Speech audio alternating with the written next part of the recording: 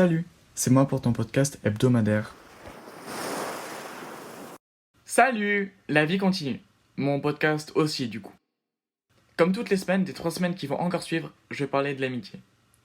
Ce sujet est tellement controversé et tout le monde a une version différente et donc encore une fois, le sujet de cet épisode. Dans ma vie, ça peut aller mieux, mais ça va. Et si toi ça ne va pas bien, tu sais quoi faire. Si tu sais pas, c'est simple. Tu m'envoies un mail à podcast.adolescent@gmail.com ou un DM Insta sur mon compte Insta, teenagers, Teenagerz-.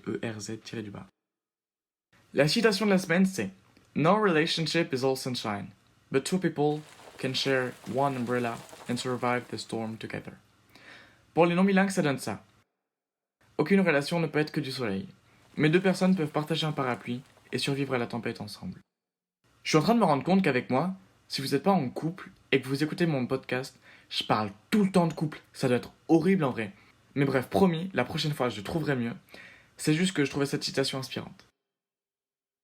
Cette semaine, je vais parler des amis d'internet.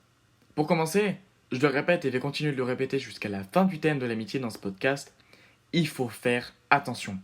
Vraiment. Je dis pas qu'il faut tout le temps être sur ses gardes et devenir un stalker pro, même s'il n'y a pas besoin de ça pour être un stalker pro, je te rassure. Mais à partir du moment où tu doutes de l'identité de la personne, tu la bloques et tu vas plus jamais lui parler. On sait jamais ce qui peut se passer avec les réseaux et même en identifiant quelques lieux sur vos photos Insta et en plus s'il a accès à votre carte Snap, votre ami d'internet, vous risquez d'avoir beaucoup d'ennuis. Maintenant qu'on a passé ça, je vais vous parler un peu de mon expérience et des gens que j'ai rencontrés en ligne. Faut savoir que la plupart des gens avec qui je parle sur Insta habitent dans la même ville que moi déjà. Selon moi, Insta est le meilleur moyen de se rapprocher de personnes qui sont dans ta ville, que tu connais pas et que tu aimerais apprendre à connaître. Je dis pas que ça peut forcément marcher, mais la plupart du temps, même si ces personnes ne deviennent pas vos amis, vous en savez plus sur leur vie et vous êtes plus autant embarrassé rien qu'à l'idée de les voir. Mais par exemple, moi, j'ai des amis à qui je parle mieux sur les réseaux et avec lesquels j'ai un plus fort lien à travers les réseaux qu'en vrai. Je sais pas l'expliquer, sauf peut-être du fait que personne n'est la même personne dans la vraie vie que sur les réseaux. Ce qui est bien et pas bien à la fois. Avec les réseaux, tu peux t'inventer une toute autre personnalité. Tu peux vraiment être créatif et montrer aux gens une partie de toi qu'ils n'auraient pas l'occasion de voir en vrai. C'est pour ça que des fois avec vos amis d'internet, le lien est moins fort en vrai, car vous ne montrez tous les deux pas la facette qui correspond à celle de l'autre. Faut que je vous avoue un truc. Si vous m'avez comme ami Insta ou autre, sachez que pour moi, toute action prise par un autre utilisateur sur Instagram a une traduction dans le langage humain. Par exemple, pour moi, quand quelqu'un me demande pour s'abonner à moi, ça veut pas rien dire. Pour moi, il y a un certain sens. C'est comme liker les photos de ton crush. Tu vas pas toutes les liker. Tu vas liker les plus stratégiques qui pourraient envoyer un signal à la personne en mode gars, je suis en crush sur toi juste, hein. Ou encore, tu ne vas pas commenter une publication de ton crush, ça serait trop intrusif. Sur les réseaux comme dans la vie, il faut être discret. Sauf si vous voulez qu'on vous remarque. Mais trop se faire remarquer apporte plus de problèmes qu'autre chose. Bon, pour en revenir à nos moutons, ou à nos amis, comment faire pour se voir avec son ami d'internet? Outre la crise du Covid et autres, bientôt, vous pourrez peut-être vous revoir avec votre ami comme si de rien n'était. Pour se voir, soit l'un va dans la ville de l'autre, soit vous vous rejoignez tous les deux dans une ville qui vous donne vraiment envie, et après ça dépend de combien de temps vous voulez rester, mais réfléchissez bien au coût des deux solutions que je viens de vous donner. Juste, faut bien prévoir quand vous allez vous voir, où vous voulez aller et qu'est-ce que vous voulez faire, etc. Franchement, les meilleurs trucs à faire avec des potes en ville, ça reste et restera toujours aller au cinéma, faire les boutiques. Si vous avez un skate, utilisez-le. Aller manger dans de bons fast-food. Vous pouvez tenter les restaurants si vous avez vraiment de l'argent à dépenser. Rencontrer les amis de l'un ou de l'autre, etc. Il existe vraiment une infinité de choses à faire avec des amis et il faut toujours savoir profiter des moments comme cela. Une autre invention qui a beaucoup aidé à l'essor des amis d'internet, c'est FaceTime. Cette application d'Apple, qui n'est rien d'exceptionnel en elle-même, rend cette marque encore mieux que toutes les autres. Vous pouvez faire des WhatsApp vidéo, des Skype, des Zoom, des appels Snapchat vidéo, mais l'application FaceTime est une des plus belles inventions d'Apple. Pendant le confinement, je faisais au moins un FaceTime par jour. Pour les gens qui sont assez extravertis, c'est une aubaine.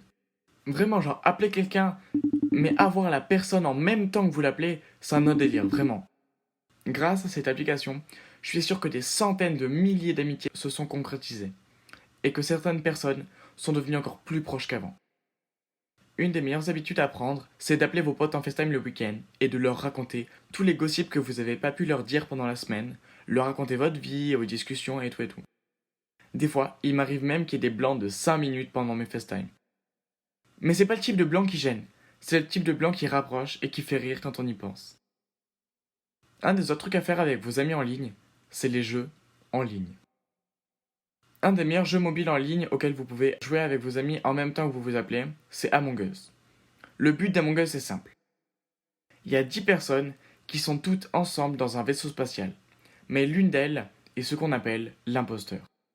Le but de cette personne tout au long de la partie va être de tuer le plus de gens possible et de faire plein de sabotages pour que la mission de base échoue. Mais attention, cette personne doit être discrète, car à chaque personne morte, il y a des réunions dans lesquelles tout le monde vote contre un personnage qui ensuite disparaîtra avant que le jeu ne vous dise si oui ou non cette personne était un imposteur. C'est vraiment LE jeu que je vous conseille si vous voulez jouer avec vos amis d'internet sur mobile. Après il y a les jeux sur console, mais c'est plus fréquent d'y jouer donc je vais pas vous les énumérer. Avec vos amis d'internet, je trouve que c'est plus facile de leur faire confiance. Si vous faites confiance à un de vos potes en cours, ils peuvent vous juger. S'il le fait, c'est que c'est pas un vrai ami. Petit rappel, au cas où. Alors que vos potes d'internet, ils ont beau vous juger, vous les aurez juste perdus sur les réseaux et pas dans la vraie vie aussi.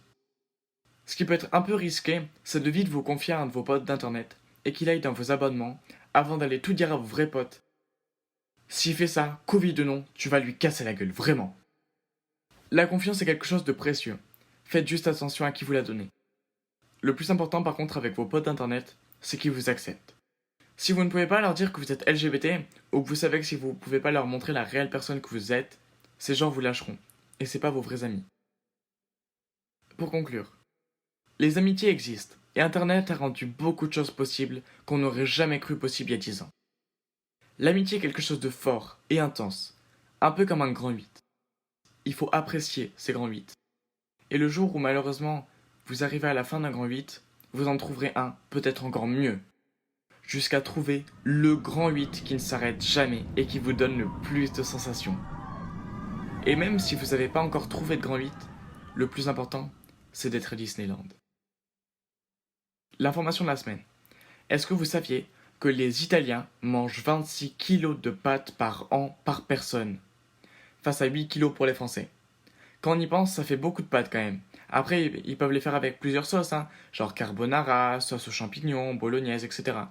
Il y a tellement de possibilités de pâtes. On peut comprendre pourquoi les Italiens en mangent autant. J'espère que le podcast de cette semaine t'a plu. Si c'est le cas, n'hésite pas à t'abonner, à liker et à rire au prochain épisode. À la semaine prochaine!